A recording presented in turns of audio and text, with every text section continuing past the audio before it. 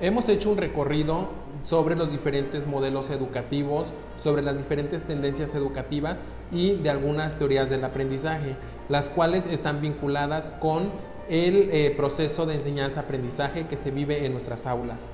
En este momento hablaremos de lo que es el constructivismo pedagógico, que va a ser un contenido temático que va a corresponder a la unidad de aprendizaje Fundamentos de Pedagogía. Mi nombre es Edgar Cabrera Álvarez, soy el tutor responsable de esta unidad de aprendizaje y en esta ocasión pues vamos a trabajar de manera o con mucho gusto con los estudiantes del quinto cuatrimestre de la licenciatura en Ciencias Pedagógicas, modalidad ejecutiva. Bien, sin más ni más, entramos a lo que es el constructivismo pedagógico. Hemos estado analizando a lo largo de nuestra formación aquí en la universidad cuestiones básicas de lo que es el constructivismo. ¿Qué entendemos por constructivismo? Para eso vamos a hacer una breve introducción en la que vamos a establecer que el constructivismo va a ser una teoría y también va a ser un modelo de interpretación de la educación, en la cual van a converger diferentes teorías que me van a ayudar a interpretar el hecho educativo. Pero para eso nos dice que este enfoque se ha entendido o ha querido dejar en libertad a los estudiantes para que ellos aprendan. Sin embargo, no es que nosotros le dejemos al niño la libertad para que él aprenda. Ese es un error conceptual que tenemos sobre el constructivismo. No es que yo diseñe una situación de aprendizaje y que el niño esté ahí aprendiendo por su cuenta, sino que debe de estar la figura del docente como un mediador entre lo que el niño sabe y el nuevo material de aprendizaje. ¿Para qué? Para lograr que él pueda construir y pueda interpretar esa información que estamos trabajando. ¿A partir de qué? Del descubrimiento y de la formulación propia de sus hipótesis y conclusiones en relación a ese nuevo contenido de aprendizaje. Así entonces, esta concepción errónea de que el alumno está ahí y que aprende por su propia cuenta, es una idea que debemos o trataremos de erradicar en nuestras prácticas docentes. ¿Por qué? Porque entonces debemos de entender al constructivismo como una interacción que se va a dar entre el docente y los estudiantes, así como un intercambio dialéctico entre los conocimientos del docente con los del estudiante y la forma en la cual se pueden sintetizar para que ambos puedan tener una productividad tanto en la enseñanza como en el aprendizaje. Porque recordemos que el aprendizaje ya no es un hecho solamente unidireccional, sino que el proceso de enseñanza-aprendizaje es bidireccional y multidireccional porque podemos aprender unos de los otros. Así pues, entonces, el constructivismo pedagógico va a surgir como una corriente epistemológica en donde se tenía la idea o se preocupaba por discernir los problemas de la formación del conocimiento en el ser humano. Ante esto, Juan del Val en 1997 encuentra que algunos elementos del constructivismo tienen sus ideas en varias teorías que se han manejado a lo largo de la humanidad, o más bien a lo largo de la historia de la educación. Para ello retoma el constructivismo ciertos aportes de Vico, de Kant, de Marx o de Darwin y de otras posturas o teorías del aprendizaje que el constructivismo critica, específicamente la teoría o el enfoque tradicional. El constructivismo se puede entender como una teoría según la cual el conocimiento y la personalidad de los estudiantes están en permanente construcción, debido a que responden a un cambio continuo de interacción cotidiana entre aspectos cognitivos y sociales del comportamiento. Es decir, que cuando un alumno está asegurando un aprendizaje o un conocimiento, va a haber una modificación derivada del descubrimiento y de la construcción propia del alumno, y esa modificación se va a manifestar en el comportamiento y en la modificación de conductas y de esquemas de conocimiento. Esta teoría o esta corriente epistemológica que es el constructivismo se basa en los estudios de Piaget y de Vygotsky, en donde encuentra el constructivismo su sustento. ¿Por qué? Porque considera que el alumno va a ir desarrollando su propio capacidad cognitiva, pero que también se va a ver desde la teoría de Piaget y que también se va a ver influenciada por el entorno social en el que se mueve el niño, que es la teoría de Vygotsky. Estos dos autores, Piaget y Vygotsky, se interesaron por la construcción del conocimiento a partir de la interacción del medio ambiente y en la construcción interna del conocimiento gracias al medio social. Así, el constructivismo pues, va a ser un paradigma, un conjunto de ideas, de marcos explicativos y de interpretaciones del proceso de enseñanza-aprendizaje, el cual se va a definir como un proceso o va a tener las características de ser un proceso dinámico, participativo e interactivo, y que el conocimiento pues, va a ser una construcción a partir de la interacción del estudiante con el entorno en el que se mueve o con el entorno que está explorando, y que la enseñanza va a ser un conjunto de acciones a partir de las cuales el docente va a crear situaciones de aprendizaje para que el alumno pueda descubrir por cuenta propia más bien con el apoyo del docente, y pueda establecer esas relaciones significativas y pueda atribuirle un significado a todo lo que está aprendiendo en el aula. ¿Cuál es el propósito o cuáles son los propósitos que sigue el constructivismo? Primero, lograr una participación activa del estudiante como centro de aprendizaje o de la educación. También nos dice que otro de los principios va a ser educar para la vida. ¿Por qué vamos a educar para la vida? Porque todo lo que yo estoy trabajando en el aula debe de tener una transposición didáctica o debe de ser traspolado al exterior. También nos dice que va a convertir, o uno de sus objetivos es que las clases que nosotros estemos desarrollando evitemos o las convirtamos en unas clases activas y dejemos de lado lo que es una clase pasiva. Convertir las clases modernas utilizando métodos activos para erradicar lo que son las clases tradicionales o lo que son las clases enciclopédicas. Y por último, que logremos una construcción del conocimiento que ayude al alumno a lograr su máxima capacidad en autonomía personal.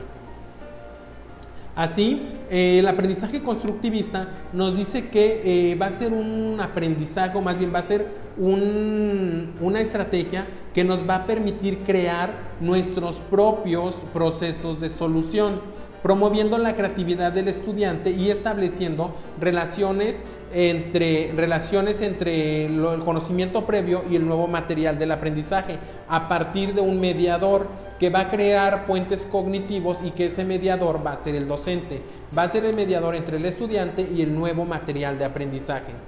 Para que nosotros podamos comprender y entender qué es el constructivismo y cómo funciona, tenemos algunos conceptos básicos que se relacionan directamente con esta teoría. El primer concepto es el andamiaje. ¿En qué consiste el andamiaje? Consiste en todo ese conjunto de recursos, de materiales, de estrategias o de motivaciones que podemos nosotros implementar en el aula para que el alumno construya el aprendizaje. Es decir, que van a ser todas las ayudas que yo le dé al estudiante, porque yo voy a ser un mediador para que yo lo pueda conducir hacia el logro del aprendizaje. Ese sería mi primer concepto. Segundo concepto, la zona de desarrollo próximo de Vygotsky. Vygotsky establecía que todas las personas, todos los alumnos, tenemos habilidades que están en proceso de maduración, y que la zona de desarrollo próximo va a ser la diferencia entre lo que el alumno es capaz de hacer solo y con ayuda, ya sea ayuda de un docente o de un compañero. Esa es la zona de desarrollo próximo, lo que puede hacer el alumno solo y lo que le va a ayudar a hacer una persona externa. Entonces, cuando se utilizan o cuando se implementa la zona de desarrollo próximo, se hace una reestructuración de los esquemas mentales, que va a ser una representación mental del estudiante en relación a un momento de su vida, en relación a una parcela del conocimiento. Esos esquemas mentales se van reestructurando de manera permanente, de manera constante, mientras el alumno se encuentra inmerso en un proceso de aprendizaje. Para que haya un esquema mental y haya una reestructuración de estos esquemas mentales, debe de existir un conflicto cognitivo, en el cual el nuevo concepto pone a prueba el antiguo concepto y de esta distancia surge el aprendizaje. Es decir, el conflicto cognitivo es, por ejemplo, decir, ¿cómo respiran las plantas? Muchos diremos, pues las plantas no respiran o sí respiran. ¿Y dónde llevan a cabo este proceso? Pues en las hojas. ¿Pero en qué parte de la hoja? Entonces, de esta manera es cuando se enfrenta el estudiante a un conflicto cognitivo que lo hace tener una movilización de sus saberes, y al hacer esa movilización de sus saberes, pues hay un conflicto cognitivo y hace una reestructuración de lo que son sus esquemas mentales. Otro concepto relacionado con esta teoría es la memoria comprensiva, que consiste en la retención, en la reestructuración o reelaboración, en la evocación, que van a ayudar al estudiante a esa construcción de conocimientos. Es decir, tengo mi esquema mental, tengo un conflicto cognitivo que hace que se reestructure mi esquema mental, y de esa manera hago un uso de la memoria comprensiva. ¿Por qué? Porque estoy reflexionando, porque estoy tratando de encontrar una explicación al nuevo material de aprendizaje, a la nueva situación que es un problema para mi esquema mental o mi estructura mental a partir de un conflicto cognitivo. Y por último tenemos lo que es la estrategia de aprendizaje, que se va a definir como el conjunto de procedimientos que un aprendiz emplea de forma consciente para desarrollar el aprendizaje. Entonces, esos son los conceptos básicos que encontramos en la metodología constructivista. Así, las ideas fundamentales que dan sustento al constructivismo pedagógico son tres. La primera es que el alumno es el responsable último de su proceso de aprendizaje. Nadie puede aprender por uno. Cada uno de nosotros es responsable de su propio aprendizaje. ¿Y de qué va a depender ese proceso de aprendizaje? De mis experiencias, de mis estructuras mentales o de mis esquemas mentales, y de los conflictos cognitivos que yo vivo de manera permanente para hacer que mi estructura mental se esté reestructurando y entonces pueda ir generando aprendizajes. La segunda idea fundamental es que la actividad mental constructiva del alumno se aplica a contenidos que poseen ya un grado de considerable elaboración. Es decir, que la actividad que yo voy a desarrollar en el aula se va a relacionar o va a tener impacto en mi estructura mental, y a partir de esa estructura mental yo voy a empezar a hacer una reestructuración o un acomodamiento de esa información. Es decir, que yo tengo un conjunto de conocimientos, y ese tipo de conocimientos me va a servir como un trampolín para que yo pueda ir cada vez logrando aprendizajes más elevados o más complejos. Y por último, de las ideas fundamentales nos dice que la función del docente es engarzar los procesos de construcción del alumno con el saber colectivo culturalmente organizado. Es lo que les decía, que el docente va a ser un mediador. ¿Por qué un mediador? Porque va a relacionar lo que el niño ya tiene en su mente, en su estructura mental, con el nuevo material de aprendizaje, y al tratar de encontrar ese vínculo que va a ser el maestro, pues va a desarrollar actividades, materiales, va a utilizar diferentes entornos o diferentes recursos para hacer que ese alumno pueda acceder a esa información. Hasta ahorita hemos analizado lo que son algunos principios educativos vinculados a el aprendizaje constructivista, y estos principios nos dice que van a ser, primero, que el aprendizaje se va a producir cuando se entra en un conflicto entre lo que el alumno ya sabe y lo que debería de saber. A este conflicto se le conoce como la zona de desarrollo próximo, que es lo que el alumno puede hacer por su cuenta y lo que puede hacer con ayuda de un tercero, que es el docente u otro compañero. El aprendizaje es un proceso constructivo interno autoestructurante. ¿Por qué? Porque el aprendizaje va a ser un proceso personal y va a ser un proceso autoestructurante que se va a estar modificando de manera permanente dependiendo del tipo de interacciones que tenga el estudiante con el nuevo material de aprendizaje. Cuando digo nuevo material de aprendizaje, estamos hablando de los nuevos contenidos o de las nuevas actividades que está realizando el estudiante. El tercer principio es: el aprendizaje implica un proceso de reorganización interna de esquemas. Con el ejemplo que les ponía de la fotosíntesis, o es más, vamos a cambiar de ejemplo. ¿Cómo respiran las lombrices? Tal vez algunos de ustedes me digan que las lombrices no respiran, pero otros van a decir que las lombrices respiran a través de la piel. Entonces, si tú no sabías que las lombrices respiran a través de la piel, entonces tú estás haciendo una reorganización interna de tu esquema y ya dejas de estar creyendo que la lombriz no respira para pensar ahora que la lombriz respira a través de la piel. Es así como se lleva a cabo la reestructuración. Cuando tú te enfrentas a un nuevo contenido de aprendizaje, entonces reestructuras tus esquemas para lograr un nuevo aprendizaje o un nuevo conocimiento. Otro punto es que el aprendizaje se facilita gracias a la mediación o a la interacción con otros. Es lo que te he venido comentando, que el maestro u otro compañero con un nivel de desarrollo potencial puede ayudar a lograr una zona de desarrollo real en la zona de desarrollo próximo de un estudiante. Es decir, que de repente tenemos ahí un compañerito que pues a lo mejor es más destacado o es bueno en las matemáticas, lo utilizas para que él dé tutoría o dé acompañamiento o sea monitor de tu alumno con mayores dificultades y entonces se genera lo que es una mediación. Nos dice que el grado de aprendizaje depende del desarrollo cognitivo, es decir, que el desarrollo cognitivo que tiene un estudiante, a lo mejor en preescolar, primaria o secundaria, va a ir variando y eso es lo que va a ir haciendo, ese desarrollo cognitivo le va a ayudar a poder acceder a diferentes contenidos. El punto de partida de todo aprendizaje van a ser los conocimientos previos, que van a ser esas preconcepciones o esas ideas previas que tienen los alumnos en relación a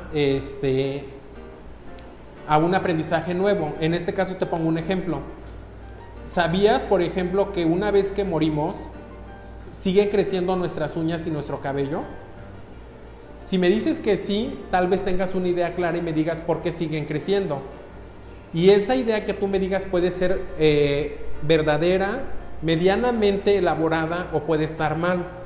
Pero entonces justo en eso consiste en que tu conocimiento previo me va a ayudar a que yo pueda hablar de las funciones vitales de los seres vivos, de los micromoléculas, de los alimentos, de la nutrición, que van a ser temas que están vinculadas a que tú puedas entender por qué de una vez que morimos sigue creciendo el cabello y las uñas. Entonces es ahí donde vemos cuál es la importancia de los conocimientos previos. Y por último tenemos que el aprendizaje va a ser un proceso de construcción y de reconstrucción sobre los saberes culturales.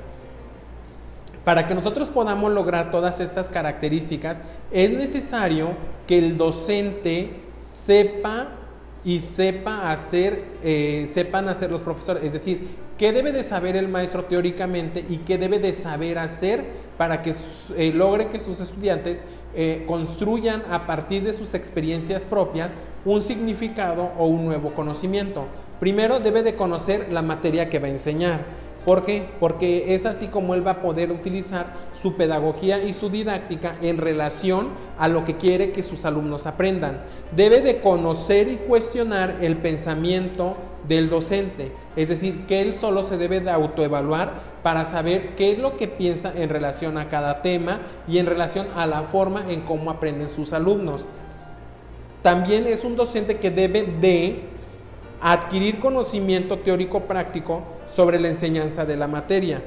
Cuando hablamos de un saber teórico, pues estamos hablando de una pedagogía. Cuando estamos hablando de un saber práctico, estamos hablando de la didáctica.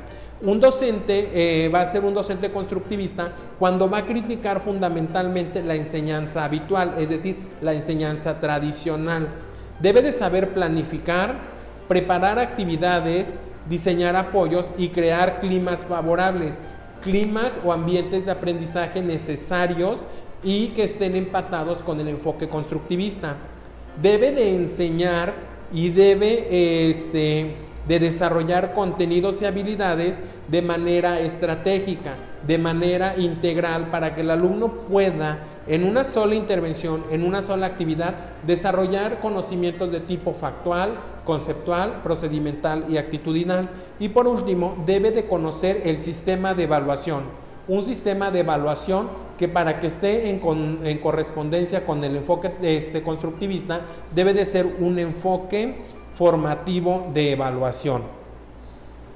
Así pues, en el diseño y en la planificación de la enseñanza, desde el enfoque constructivista, nos dice que los contenidos de enseñanza van a sugerir un ambiente de aprendizaje ideal en el que se debería de completar no solamente la cuestión factual, sino también la cuestión, es lo que les comentaba, procedimental, actitudinal y procedimental, conceptual, actitudinal y factual, y al mismo tiempo debe de desarrollar en el estudiante estrategias de planificación, de control y de aprendizaje que van a caracterizar a su conocimiento.